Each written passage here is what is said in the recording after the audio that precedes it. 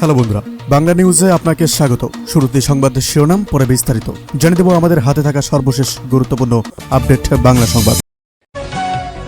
পিলখানা হত্যাকাণ্ডের নেপথ্যে থাকা দু নেতার পুনরাভাস, বিডিআর বিদ্রোহের দিন করা একটি পূর্ণ অডিও ক্লিপ নতুন করে তদন্তকারীদের হাতে এসেছে। সেখানে কোন নেতার নির্দেশ সরাসরি কার্যকর হয়েছিল তা জান। মধ্যপ্রাচ্য সংকট ও বাংলাদেশের শ্রম বাজার, লেবানন ও সিরিয়া সংকটের কারণে কয়েক হাজার বাংলাদেশি কর্মী দেশে ফেরার শঙ্কায় রয়েছেন। তাদের পুনর্বাসনে সরকারের পরিকল্পনা কি? আওয়ামী লীগের অনলাইন কার্যক্রম নিয়ে কঠোর নির্দেশনা নিষিদ্ধ থাকলেও অনলাইনে তৎপরতা চালাচ্ছে আওয়ামী লীগ। তবে এবার তাদের রুখতে ডিজিটাল মাধ্যমে এমন একটা পদক্ষেপ আসছে যা আগে দেখা যায়নি। শেখ হাসিনা পাসপোর্ট বাতিলের পর পরবর্তী পদক্ষেপে কি? সাবেক প্রধানমন্ত্রীর পাসপোর্ট বাতিল হওয়ার পর তাকে আন্তর্জাতিকভাবে ট্রাভেল ডকুমেন্ট ছাড়া রাখা হয়েছে। এই অবস্থায় ভারত তাকে অন্য কোন দেশে পাঠাতে পারবে কি? তারেক রহমানের দেশে ফেরার চূড়ান্ত তারিখ এখন আবার চূড়ান্ত হতে পারে। লন্ডনে আইনি প্রক্রিয়া শেষ করে প্রধানমন্ত্রীর দেশে ফেরার যে প্রহর গুনছে কর্মীরা, আগামী মাসে কি সত্যি বড় চমক আসছে? লন্ডনে ঘনিষ্ঠ সূত্র যা বলছে সে নিয়ে পাসপোর্ট বিধায় বড় দুর্নীতি আসছে। কোন রাজনৈতিক নেতার নাম শীর্ষে? অর্থ মন্ত্রণালয় আজ জাতীয় সংসদে শীর্ষ 50 জন অর্থ পাচারকারীর একটি তালিকা জমা দিয়েছে। এই তালিকায় এমন একজনের নাম রয়েছে যা রাজনৈতিক অঙ্গনে ভূমিকম্প তৈরি করতে পারে। সংসদে বিরোধী দল হিসাবে শক্তিশালী অবস্থান তৈরি করতে জামাত ও এনসিপি জোটবদ্ধ হয়ে কাজ করার সিদ্ধান্ত নিয়েছে। এই নতুন শক্তি কি রাজপথে সরকারের প্রধান প্রতিপক্ষ হয়ে উঠতে পারবে? তিস্তা পানি বন্টন চুক্তি নিয়ে ভারতের নীরবতা। শুষ্ক মৌসুমে তিস্তায় পানির স্তর সর্বনিম্নে, অথচ দিল্লির পক্ষ থেকে কোনো সাড়া নেই। পানি কূটনীতিতে বাংলাদেশ কি নতুন কোনো কঠোর অবস্থানে যাচ্ছে? বিচার বিভাগে বড় রথবদল, অবসরে 12 বিচারপতি। উচ্চ আদালতে স্বচ্ছতা ফেরাতে আজ একযোগে 12 জন বিচারপতিকে সরিয়ে দেওয়া হয়েছে বিচার বিভাগে। সংসদে এনসিপি অনেক ভোকাল, বিরোধী দল হিসেবে জামায়াত দুর্বল বললেন রুমিন ফারহানা। সংসদে বিরোধী দলের মধ্যে বা বিরোধী জোটের মধ্যে এনসিপি বেশি ভোকাল ভূমিকা রাখছে বলে মন্তব্য করেছেন ব্রাহ্মণবাড়িয়া 2 আসনের স্বতন্ত্র সংসদের সদস্য রুমিন ফারহানা। আবার জামায়াতে ইসলামকে বিরোধী দল হিসেবে কিছুটা দুর্বল মনে হয়েছে তার। জার্মান ভিত্তিক গণমাধ্যম ডয়েচে ভেলেকে দেওয়া এক সাক্ষাৎকারে তিনি এসব কথা বলেন। বিরোধী জোটের মূল্যায়ন প্রসঙ্গে রুমিন ফারহানা বলেন, আমি কে তাদের পারফরমেন্স জাজ করার? তবে আমার কাছে এনসিপির বক্তব্য থেকে মনে হয়েছে এটা আদর্শিক জোট নয়, এটি নির্বাচনী ও কৌশলগত একটি জোট, যেটা এনসিপি বলেছে।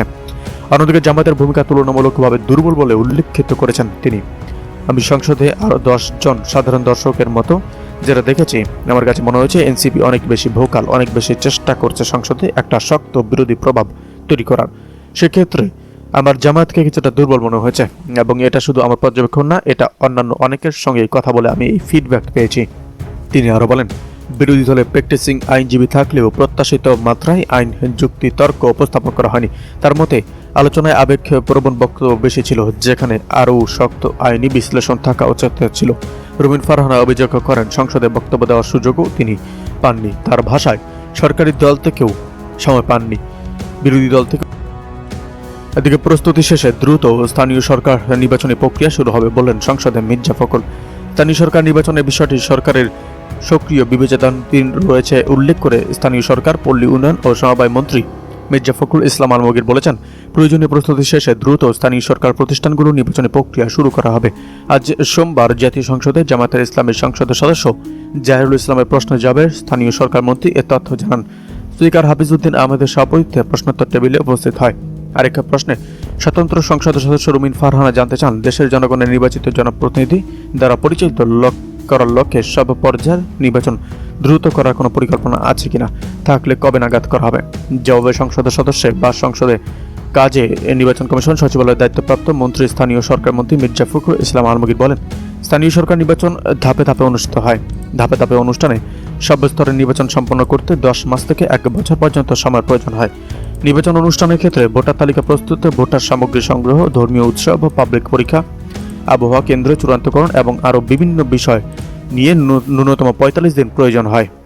এদিকে জুলাই সনদের আলোচনাকে কেন্দ্র করে সংসদে হট্টগোল। জাতীয় সংসদের রাষ্ট্রপতির ভাষণের ওপর ধন্যবাদ প্রস্তাবের আলোচনায় জুলাই সংসদ এবং গণঅভ্যুত্থানের একক কৃতিত্বের দাবি তোলাকে কেন্দ্র করে সরকার ও বিরোধী দলের সংসদের সদস্যদের মধ্যে চরম উত্তেজনা ও হট্টগোল সৃষ্টি হয়েছে। গাজীপুর 2 আসনের সংসদ সদস্য মঞ্জুরুল করিম রনি জুলাই সনদ নিয়ে বিতর্কের কড়া সমালোচনা করে বক্তব্য দিলে বিরোধী দলীয় বেঞ্চ থেকে তার তীব্র প্রতিবাদ জানানো হয়। সোমবার সন্ধ্যায় মাগরিবের নামাজে বিরতির আগে এক ঘটনা ঘটে। মঞ্জুর করিম রনি বলেন, এই সংসদের প্রথম দিন থেকে একটি জুলাই সনদ নিয়ে অপ্রয়োজনীয় বিতর্ক শুরু করা হয়েছে।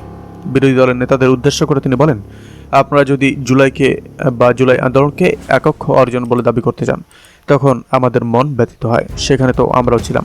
আমাদের 400-র অধিক সহযোদ্ধাকে আমরা হারিয়েছি। তিনি আরও দাবি করেন, আওয়ামী লীগের জাতীয় পার্টি ও আরও একটি দলের হাতে 71-এর রক্তের দাগ থাকলেও বিএনপি একমাত্র দল যাদের হাতে কোনো রক্তের দাগ নেই। বিরোধী দলের সদস্যদের রাজনৈতিক ক্যারিয়ার নিয়ে প্রশ্ন তুলে তিনি বলেন, আমাদের 17 বছর রাজপথের সংগ্রামের সামনে 3 থেকে 4 বছরের হুঙ্কার দিয়ে লাভ নেই।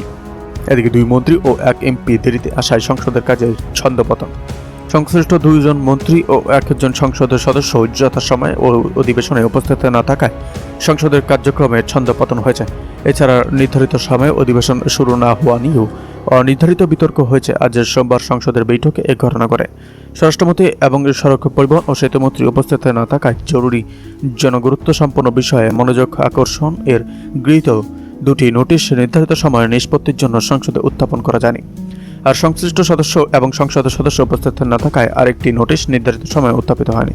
পরে সংশ্লিষ্ট 2 মন্ত্রী ও 1 জন সংসদের সদস্য অধিবেশনে যোগ দিলে নির্ধারিত সময়ের প্রায় ঘণ্টাখানেক পর নোটিশে 3টি নিয়ে আলোচনা ও নিষ্পত্তি হয়। আজ সংসদের বৈঠকের কার্যসূচিতে শুরুতে ছিল প্রশ্নোত্তর টেবিলে উত্থাপন করা হয়। এরপর ছিল জরুরি জনগুরুত্ব সম্পন্ন বিষয়ে মনোযোগ আকর্ষণ এর গৃহীত নোটিশের ওপর আলোচনা। আজ 3টি নোটিশ গ্রহণ করা হয়েছিল আলোচনার জন্য। এর মধ্যে একটি স্বরাষ্ট্রমন্ত্রীর, একটি সড়ক পরিবহন ও সেতুমন্ত্রীর এবং আরেকটি দুর্যোগ ব্যবস্থাপনা ও ত্রাণ মন্ত্রীর মনোযোগ আকর্ষণের জন্য আনা হয়। এদিকে প্রধানমন্ত্রীর কাছে চাঁদাবাজ দুর্নীতি বিরোধী কার্ড চাইলেন আসিফ মাহমুদ। দেশের চলমান পরিস্থিতিতে এবং বর্তমান পরিস্থিতিতে চাঁদাবাজ ও দুর্নীতির রুখতে প্রধানমন্ত্রী তারেক রহমানের কাছে চাঁদাবাজ বিরোধী ও দুর্নীতি বিরোধী কার্ড দেওয়ার দাবি জানিয়েছেন জাতীয় নাগরিক পার্টির অর্থাৎ এনসিপির মুখপাত্র আসিফ মাহমুদ সজীব ভুইয়া। সোমবার সন্ধ্যায় রাজধানী অস্থায়ী কেন্দ্রীয় কার্যালয়ে ঢাকা মহানগর দক্ষিণের নবগঠিত কমিটির সম্বোধনা অনুষ্ঠানে তিনি এ মন্তব্য করেন। সরকারের বিভিন্ন পদক্ষেপের সমালোচনা করতে গিয়ে তিনি বলেন, যে কোনো সমস্যা সমাধানে বর্তমানে কার্ড ব্যবহারের প্রবণতা দেখা যাচ্ছে। তাই দেশের অন্যতম প্রধান আপদ চাঁদাবাজি ও দুর্নীতি থেকে মুক্তি পেতে এই বিশেষ কার্ডের প্রয়োজন।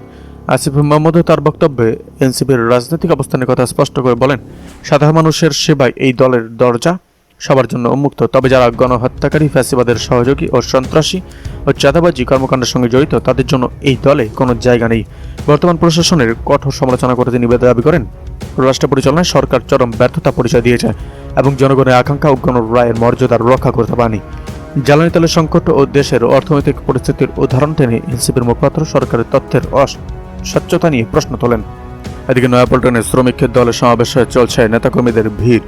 রাজধানী নয়াপল্টনে বিএনপির কেন্দ্রীয় কার্যালয়ের সামনে সমাবেশ চলছে। আজ শুক্রবার বেলা 8টার দিকে সমাবেশ শুরু হয়েছে।